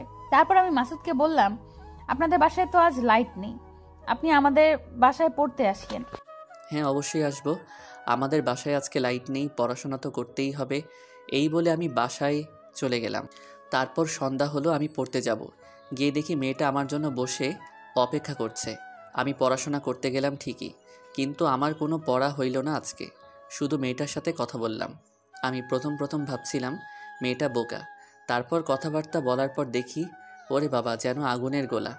কথা বলতে বলতে রাত প্রায় 11টা বেজে গেল। তখন আমি বাসায় চলে এলাম। আজ তাহলে যাচ্ছেন? কাল কিন্তু আবার আসবেন। একসাথে পড়াশোনা করলে খুব ভালো লাগে। আর ভাইয়া তো শুধু আমাকে ভয় দেখায়, ওর সাথে পড়তে আমার মন চায় না। প্লিজ আপনি কাল আসবেন। এভাবে কয়েকদিন যাওয়ার পর আমাদের সম্পর্কটা অনেক গভীর হয়, মানে সম্পর্কটা প্রেমে পরিণত হয়। তারপর আমরা দুজন চুটিয়ে প্রেম করতে থাকি। কিছুদিন পরে আমি ভার্সিটিতে যাওয়ার পরে নিপাকে আমি না দেখে থাকতে পারি না। নিপা আমাকে দেখা ছাড়া থাকতে পারে না। অবশ্য আমাদের প্রতিদিন ফোনে কথা হতো, তবু আমাদের মন ভরতো না। তাই আমি নিপাকে দেখার জন্য বাসায় চলে এলাম। বাসায় এসে নিপাকে দেখে মনটা ভরে গেল। ওমা, তুমি না 2-1 দিন হলো ভার্সিটিতে গেলা, এখন আবার আসলা? এভাবে যাওয়া আসা করলে কি পড়াশোনা হবে? পরে দেখবা ফেল করে বসে আছো। গেল কি করব বলো? তোমাকে না দেখা ছাড়া আমার ঘুম ধরে না। সব সময় বন্ধুদের সাথে আড্ডা দেই, তাও জানি কেমন লাগে। তাই চলে এলাম তোমাকে দেখা। হইছে, আর ঢং করা লাগবে না। এসেছে যেহেতু আমিও একটু দেখতে পারবো। আমারও মন চাইছিল যে তোমাকে একটু দেখবো। আমি সত্যি বলছি, তোমাকে ছাড়া আমি থাকতে পারবো না। এবার আমি বাড়িতে বলবো তোমার আর আমার বিয়ের কথা। বাবা মা কি বলে, শুধু তোমার আর আমার বিয়ে না দেয় তাহলে আমরা পালিয়ে গিয়ে বিয়ে করব। আমি তোমাকে ছাড়া থাকতে পারবো না, এটাই আমার লাস্ট সিদ্ধান্ত। বাড়ি থেকে মেনে নিলে তো ভালোই হবে। তুমি আমি সব সময় একসাথে থাকতে পারবো। আর যদি বাড়ি থেকে মেনে নাও নেয় তাহলে একটু ভালো করে বোঝাবো, কিন্তু আমি পালাবো না। কেন পালাবে না? তুমি কি আমাকে ভালোবাসো না? তুমি যদি আমাকে ভালোবেসে থাকো তাহলে আমার সাথে পালাতেই হবে। আর যদি তুমি আমার সাথে না যাও তাহলে আমি নিজেকে শেষ করে দেব। আরে বোকা, আগে বাড়িতে বলে দেখো কি বলে। আগে এসব কথা বললে হবে নাকি? আর শোনো, বাড়িতে যদি মেনে না নেয় তাহলে আমি তোমার সাথে পালিয়ে যাব। তারপর আমি মাসুদকে বললাম আমাদের বাসায় আর কেউ থাকবে না, ভাইয়ার পাত্রী দেখার জন্য সবাই যাবে। আমাকেও ডাকছিল, বাট আমি যাইনি। আমি যদি পাত্রী দেখতে যাইতাম তাহলে আর তোমার সাথে তো ভালোভাবে কথা বলতে পারতাম না। সেই জন্যই আর আমি পাত্রী দেখতে গেলাম না। আর হ্যাঁ, ভাইয়ারা যাওয়ার সাথে সাথে তুমি আমাদের বাসায় চলে আসবা। আজ আমি তোমাকে মন ভরে দেখব। এ কথা শুনে আমার মনে মনে খুব আনন্দ আসছিল। যাক, অনেক দিন পর একটা সুযোগ পাইলাম, হাতছাড়া করা যাবে না।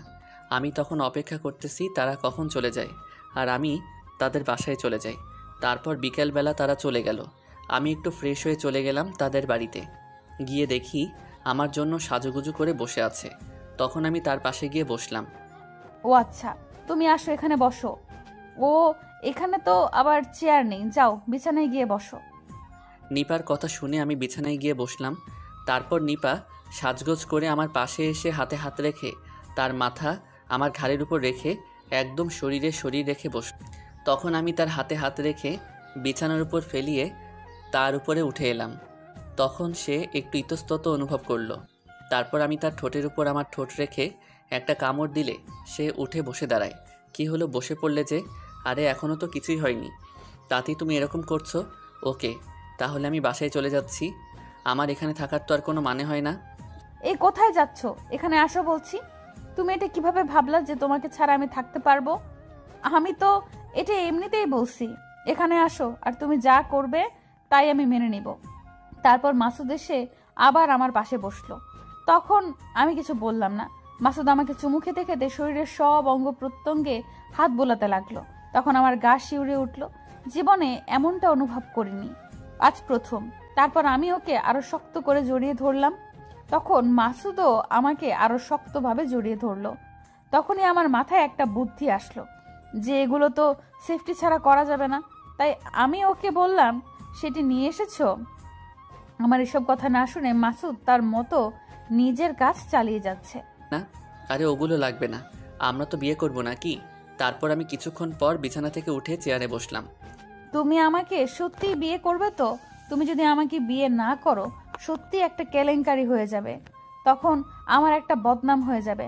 পরে আমাকে আর কেউ বিয়ে করতে চাইবে না। আরে এগুলো তুমি কি বলো? আমি তোমাকে সত্যিই বিয়ে করব। তোমাকে ছাড়া আমি একটা মুহূর্ত থাকতে পারি না। সারা জীবন কিভাবে থাকবো? তোমাকে না পেলে আমি আমার জীবন শেষ করে দিব। তুমি যদি আমাকে বিয়ে করো তাহলে তো ভালোই হয়, আমরা সারা জীবন একসাথে থাকতে পারবো। আর তখন আর আমাদের কেউ কিচ্ছু বলতে পারবে না। তারপর আমাদের সম্পর্কটা আরো অনেক গভীর হয়। প্রতিদিন কথা হতো, আমিও তাদের বাসায় মাঝে মাঝে যাইতাম, ও আমাদের বাসায় মাঝে মাঝে আসতো। এভাবে আমাদের অনেক দিন চলে যায়। কয়েকদিন পরে সে চাকরির ইন্টারভিউর জন্য ঢাকা যাবে, তখন আমার একটু মন খারাপ হয়ে যাচ্ছিল। কি আর করব, যেতেই তো দিতে হবে, তা না হলে তো পরে ঝামেলা হবে। তখন আমাদের বাসা থেকে মেনে নিতে চাইবে না যদি ওর চাকরি না থাকে, আর যদি একটা চাকরি থাকে তাহলে বাসার সবাই মেনে নেবে। পরে ও ঢাকায় চলে যায়, আমাদের প্রতিদিন কথা হতো। তারপর একদিন কথা বলতেই ভাইয়া আমাকে দেখে ফেলে। ভাইয়া এসে বলে, কার সাথে কথা বলছিস? আমি বললাম, আমার বান্ধবীর সাথে। তোর বান্ধবী না অন্য কেউ? দেখি তোর ফোনটা, ফোন দে, না হলে বাবা আমাকে আজকে বলে দেব তুই কার সাথে কথা বলিস। আরে অন্য কেউ না, তোর বন্ধু মানে মাসুদ, তার সাথে কথা বলছিল। মাসুদের সাথে তোর কিসের কথা? তোর পাকনা গজাইছে না? একটু বড় হতে না হতেই প্রেম করছিস। আমি তো তোর বয়সের কিছুই বুঝতাম না, আর এই বয়সে প্রেম করছিস। আজ বাবা মাকে সব বলে দেব। প্লিজ ভাইয়া, কাউকে বলিস না, আমি তোর হাতে পায়ে ধরি। ও চাকরির পরীক্ষা দিতে গেছে, ওর চাকরিটা হয়ে গেলে সবাইকে বলিস, আমি তাতে মানা করব না। আর একটা কথা শুনে নে, আমি ওকে ছাড়া বাঁচবো না। আচ্ছা ঠিক আছে, কাউকে বলবো না। আর মাসুদকে বল আমার সাথে কথা বলবে, আমি ওর সাথে কথা বলে দেখি কি করা যায়। তারপর আমার বন্ধু ও আমার বোন কথা বলতে থাকে। তখন আমি সেখান থেকে চলে এলাম। আমি মনে মনে খুব খুশি হয়েছিলাম, কারণ ছেলেটা খুব ভালো। বিয়েটা হলে আমার বোন খুব সুখে থাকবে। ওদিকে মাসুদের চাকরিটা হয়ে গেল, তখন মাসুদের চাকরিটা করতে লাগলো। তারপর এদিকে আমি ঢাকায় গেলাম মাসুদের খোঁজখবর নেওয়ার জন্য। গিয়ে দেখি মাসুদ খুব ভালোভাবে কাজ করতেছে। আরে সুজন, তুই এখানে আসবি, আমাকে একবার ফোন করবি তো? আমি তোকে আনতে যাইতাম। হয়েছে, তুই মনে হয় জানতি না। আমার বোন তো তোকে সব কিছুই বলেছে যে আমি আজকে ঢাকায় যাচ্ছি। এখন ঢং করতেছিস না? বলছিল, তবে আমি অতটা ভাবিনি যে তুই সত্যি সত্যি আসবি। যাক, এসে যখন পড়েছিস খাওয়া দাওয়া করে যাস। তারপর আমরা খাওয়া দাওয়া করলাম, সুজনকে নিয়ে ঘুরতে গেলাম, পার্কে বসে আড্ডা দিলাম ও নানা রকম কথাবার্তা বললাম। শোন, তোকে একটা কথা বলি, আমার বোনকে তোকে সত্যি খুব ভালোবাসে। আমাকে কথা দে, তুই আমার বোনকে ছেড়ে যাবি না। ও যদি তোকে কখনো না পায়, ও যে কি করবে আমি নিজেও বলতে পারতেছি না। আরে না, আমি এবার বাসায় গেলে বিয়ের আলাপ নিয়ে তোদের বাসায় যাব। বিয়ে করব জন্যই তো এই চাকরিটা করছি, না হলে তো এখন চাকরি করতাম না। তার কয়েকদিন পর আমি বাসায় চলে গেলাম। বাসায় যাওয়ার পর গিয়ে দেখি নিপা বাসায় নেই। তখন আমি সুজনের দেখা করলাম। সুজনকে জিজ্ঞাসা করলাম নিপা কোথায় গেছে। সে বলল আমার ফুপু বাড়িতে গেছে, আজকে আসবে। তারপর আমি সুজনের সাথে কথাবার্তা বলে বাড়িতে চলে আসলাম। তার কিছুক্ষণের মধ্যে নিপা চলে আসলো, জামা কাপড় চেঞ্জ করে আমাদের বাসায় চলে আসলো। ওকে দেখে আমি ঠিক থাকতে পারলাম না, চেয়ার থেকে উঠে ডিরেক্ট জড়িয়ে ধরলাম। পরে নানা রকম কথাবার্তা বলে নিপা তাদের বাসায় চলে গেল। তার কিছুদিনের মধ্যে আমাদের বিয়ে হলো। এখন আমরা সুখে শান্তিতে সংসার করে খাচ্ছি। আর আপনারা সবাই আমাদের জন্য দোয়া করবেন। আচ্ছা, তুমি কি আমার কথা বোঝো না, না বোঝার চেষ্টা করো না? কি বুঝি না আমি তোমাকে অনেক ভালোবাসি, এই কথাটা তুমি বুঝতে চাও না কেন? আমি সব কিছু বুঝি আর তোমাকেও ভালোবাসি, কিন্তু পারিবারিক ঝামেলার কারণে একটু প্রেসারে থাকি, তাই তোমাকে ভালোভাবে ভালোবাসার কথা বলা হয় না। এগুলো তুমি সব চাপা মারছো। আমি বুঝি না কে কিভাবে ভালোবাসে।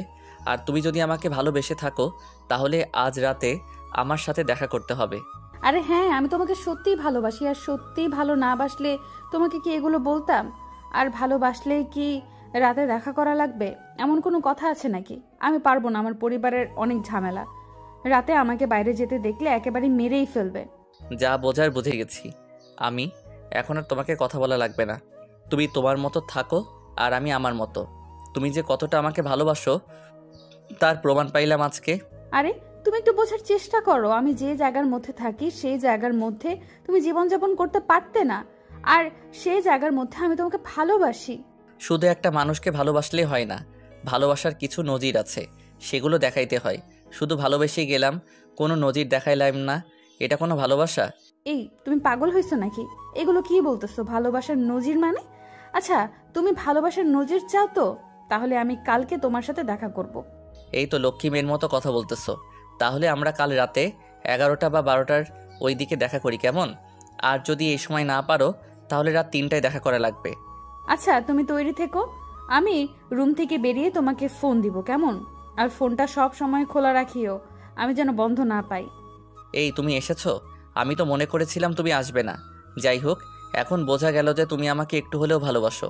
একটু ভালোবাসা না জাহাপনা। আমি তো আপনাকে আমার মনের সব ভালোবাসা উজাড় করে দিয়ে ভালোবাসি, আর আপনি সেটা বুঝতেই চান না। ওকে ঠিক আছে, আমি বুঝতে পারছি তোমার ভালোবাসা। এখন শোনো, আমি তোমার জন্য একটা গিফট এনেছি। তুমি যদি আমার একটা শর্ত পূরণ করো তাহলে তোমাকে গিফটটা দেই, আর যদি না পালন করো তাহলে দিব না। কি গিফট আর কি শর্ত? আমি তোমার সব শর্তেই রাজি আছি, তুমি শুধু শরতের কথা বলো। আর হ্যাঁ শোনো, নেগেটিভ কোনো কিছু চাই না, তাহলে কিন্তু আমি পালন করতে পারবো না। সামনে তোমার পরীক্ষা, তো তাই তোমার জন্য একটা ঘড়ি এনেছি। তুমি এই ঘড়ি হাতে দিয়ে পরীক্ষা দিতে যাবা, সেই জন্য আর কি আনা। ও, খুব ভালো করেছো। আমিও চিন্তা ভাবনা করছিলাম যে একটা ঘড়ি কিনবো, কিন্তু তুমি যখন এনেছো আর কেনা লাগবে না। ঘড়ির কথা শুনে খুব খুশি হয়ে গেলা, আর আমার শর্তের কথা তোমার মনে নেই নাকি? আগে আমার শর্ত পূরণ করতে হবে, তারপর আমি তোমাকে আমার গিফটটা দিব। হ্যাঁ বলো, তোমার শর্তের কথা কি শর্ত পূরণ করা লাগবে, দেখি চেষ্টা করে পারি কিনা। আর বলে দিলাম কিন্তু নেগেটিভ কিছু চাওয়া যাবে না। আরে না, তেমন কিছু না। আমি শুধু তোমাকে একটা চুমু খেতে চাই, ব্যাস। তুমি যদি আমাকে চুমু খেতে দাও তাহলে আমি তোমাকে গিফটটা দেই। আরে আমি পারবো না, আমার খুব লজ্জা লাগে। তোমার লজ্জা শরম নাই নাকি? একটা মেয়েকে চুমু খেতে চাও, আর লোকজন যদি দেখে ফেলে তখন কি হবে বলো? আরে তুমি এত রাতে লোকজন পেলে কোথায়? এখানে শুধু তুমি আর আমি, আর এখানে লজ্জার কি আছে? আমি বুঝলাম না তুমি এরকম করতেছো কেন। ওকে ঠিক আছে, শুধু একটা চুমু, কিন্তু অন্য কিছু না বলে রাখলাম। আর যদি অন্য কিছু করার চেষ্টা করো তাহলে আমি চিৎকার দিব, তখন কিন্তু তুমি বিপদে পড়ে যাবে আর আমাকে বিয়ে করা লাগবে। ওকে ঠিক আছে, শুধু চুমু খাবো আর অন্য কিছু করব না। আর অন্য কিছু করলে যদি তুমি চিৎকার করো আর আমাদের বিয়েটা হয়ে যায় তাহলে তো আমার পক্ষ থেকে ভালোই হয়, কারণ আমি সারা জীবন তোমার সাথেই থাকতে চাই। নিলয় আমার দিকে এগিয়ে আসছে চুমু খাওয়ার জন্য। আমি নিঃশব্দ দাঁড়িয়ে আছি, কি করব কিছু বুঝতে পারছি না। যাই হোক, আমি নিঃশব্দ দাঁড়িয়ে রয়ে গেলাম। তখন নিলয় আমাকে এসে জড়িয়ে ধরলো। তারপর নিলয় আমার ঠোঁটে ওর ঠোঁট রেখে আমার ঠোঁটকে আবদ্ধ করে চুমু খেতে লাগলো এবং আমার স্পর্শ করতে লাগলো। তখন আমার সম্পূর্ণ শরীর শিহরিত হতে লাগলো, আর আমি কিছু বুঝতে না পেরে আরো জোরে নিলয়কে জড়িয়ে ধরলাম। আর নিলয়ও আমাকে বেশ ভালোভাবে জড়িয়ে ধরলো। আর কিছুক্ষণ পর আমি স্বাভাবিক অবস্থায় ফিরে দেখি নিলয় আমাকে জড়িয়ে ধরে আছে। এই শোনো, আমি তোমাকে বিয়ে করতে চাই, আর পালিয়ে পালিয়ে এভাবে দেখা করব না, আমার খুব ভয় লাগে। আর হ্যাঁ শোনো, তোমাকে না পেলে আমি কিন্তু মরেই যাব, কথাটা মস্তিষ্কে রাখিও কিন্তু। তুমি আমাকে এখনো জড়িয়ে ধরে আছো কেন? শুধু চুমু খাবে বলে আমাকে ডেকেছো, আর এখন জড়িয়ে ধরে আছো। তোমার ব্যাপার স্যাপার বুঝতেছি না। তুমি এখানেই বাসর ঘর করবে নাকি? আরে না, এমনি খুব মজা লাগছে তাই জড়িয়ে ধরে আছি। আর শোনো, তোমার ওই দুইটা না বেশ বড় এবং অনেক মজাদার, আরেকদিন আমি তোমার ওই দুইটাই খেতে আসবো। ওরে চান্দু, সেই আশায় তুমি দাঁড়িয়ে দাঁড়িয়ে স্বপ্ন দেখো আর আমি বাসায় চলে যাচ্ছি, কেমন? যতদিন না তুমি আমাকে বিয়ে করছো ততদিন তোমার এই স্বপ্ন পূরণ হবে না। ওকে, তাহলে আমি আমার এই স্বপ্ন পূরণ করার জন্য তোমাকে বিয়ে করব। তাতে কি হয়েছে? বিয়ে করলে তো আর বাধা দিতে পারবে না, তখন আমার মন যেটা চাইবে আমি সেটা করব। বিয়ে করো, তারপর যেটা তোমার মন চায় সেটাই করবে, আমি কোনো বাধা দিব না। আর এখন যদি করতে চাও তাহলে তো আমি বাধা দিব, এটা তো তুমি জানো। পর আমার পরীক্ষা শুরু হয়ে গেল, আর আমি পরীক্ষা নিয়ে খুব ব্যস্ত থাকলাম। নিলয়ের সাথে ভালো মতো যোগাযোগ হতো না। তারপর হঠাৎ একদিন রাতে নিলয় আমাকে ফোন দিল। এই তুমি কি বেঁচে আছো না মরে গেছো? তোমার সাথে কয়েকদিন যাবত দেখা হয় না, আমার মন কেমন ছটফট করছে। তুমি আজকে রাতে আমার সাথে দেখা করো। না, আমি তোমার সাথে আর দেখা করতে পারবো না। আমার পরীক্ষা শেষ হোক, তারপর আমরা দেখা করি। আর কয়েকটা দিনেরই তো ব্যাপার, এতেই তোমার অসহ্য হচ্ছে। আচ্ছা ঠিক আছে, তোমার পরীক্ষা শেষ হলে আমাকে জানাইও, তারপর আমরা কোনো এক রাতে দেখা করব, কেমন? একদিন পর তার পরীক্ষা শেষ হয়ে যায়, কিন্তু সে আমার সাথে যোগাযোগ করে না। কিভাবে যোগাযোগ করব সেটাও বুঝতে পারছি না, তার ফোনটাও বন্ধ। এখন যে কি করে, পুরা মাথাই নষ্ট। ও মনে পড়েছে, ওদের বাসার পাশে তো আমার এক বন্ধু থাকে, ওকে ফোন দিয়ে দেখি কি বলে ও। তারপর আমি আমার বন্ধুকে ফোন দিলাম। কিরে বন্ধু, কেমন আছিস? অনেক দিন পর ফোন দিলি, কোনো কাজ আছে নাকি? কোনো কাজ না থাকলে বল, আমি এখন তোর ওইখানে যাইতেছি। আরে তেমন কোনো কাজ না, তুই সকালে আমার সাথে দেখা কর, তোর সাথে কিছু ব্যক্তিগত কথা আছে, কথাগুলো খুবই ব্যক্তিগত, তাই ফোনে বললাম না, তুই কাল আমার সাথে দেখা কর। আচ্ছা ঠিক আছে, কাল সকালে ঘুম থেকে উঠেই আমি তোর সাথে দেখা করতে যাব। আর যদি বেশি সমস্যা হয় এখনই বল, আমি সমস্যার সমাধান করে দিচ্ছি। তারপর আরিফ সকালে উঠে আমার সাথে দেখা করলো। কিরে বন্ধু, তোদের বাসার পাশে যে ইতি নামের মেয়েটা থাকে, ওর খবর কি কিছু জানিস? হ্যাঁ জানি তো, ও কয়েকদিন আগে পরীক্ষা দিল, এখন বাসায় বসে আছে। কেন, কি হয়েছে? ইতির খবর তোর কাছে কেন? তুই ইতির সাথে প্রেম করিস নাকি? আরে বন্ধু, হ্যাঁ আমি ওর সাথে প্রেম করি, কিন্তু ও বলল যে ওর পরীক্ষার পর আমার সাথে দেখা করবে। এখন তার ফোন বন্ধ, এখন আবার রাতে দেখা করবে, তাও কিছু বলতেছে না। এখন কি যে করব নিজেই বুঝতে পারতেছি না। তুই কি একটু ওদের বাসায় যেতে পারবি? আরে তুই কোনো চিন্তা করিস না, আমি আজকে ওদের বাসায় গিয়ে দেখব ওর কি খবর। আর খবর শুনে এখন আমি তোকে ফোন দেব। তারপর আমি ওদের বাসায় গেলাম, গিয়ে দেখি ইতি বিছানায় শুয়ে আছে। আরে ভাইয়া, আপনি এখানে কি জন্য এসেছেন? কিছু বলবেন নাকি? অনেকদিন পরে আমাদের বাসায় আসলেন, বলেন। আমি মাকে বসেন, আমি মাকে ডাকছি। আরে তেমন কিছু না, আমি শুধু তোমাকে একটা কথা বলতে এসেছি। তুমি আমার ফ্রেন্ড নিলয়কে তো মনে হয় চেনো, ও আমাকে এখানে পাঠিয়েছে। আর কি হয়েছে ভাইয়া? ও কি অসুস্থ নাকি অন্য কিছু হয়েছে?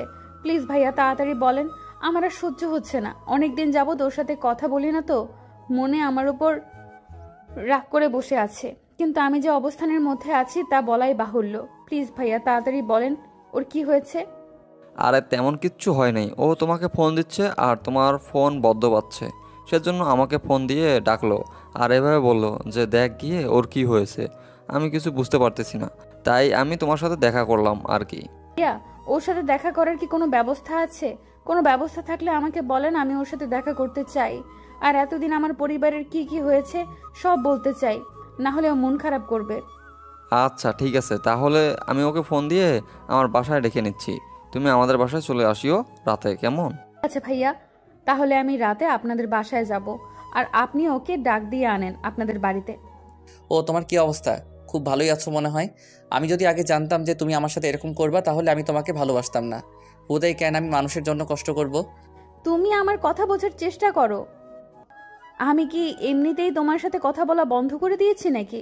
যে কোনো ঝামেলার জন্য তো কথা বলা বন্ধ হয়ে গেছে, আর তুমি যদি এটা না বুঝো তাহলে আমার আর কিচ্ছু করার নেই।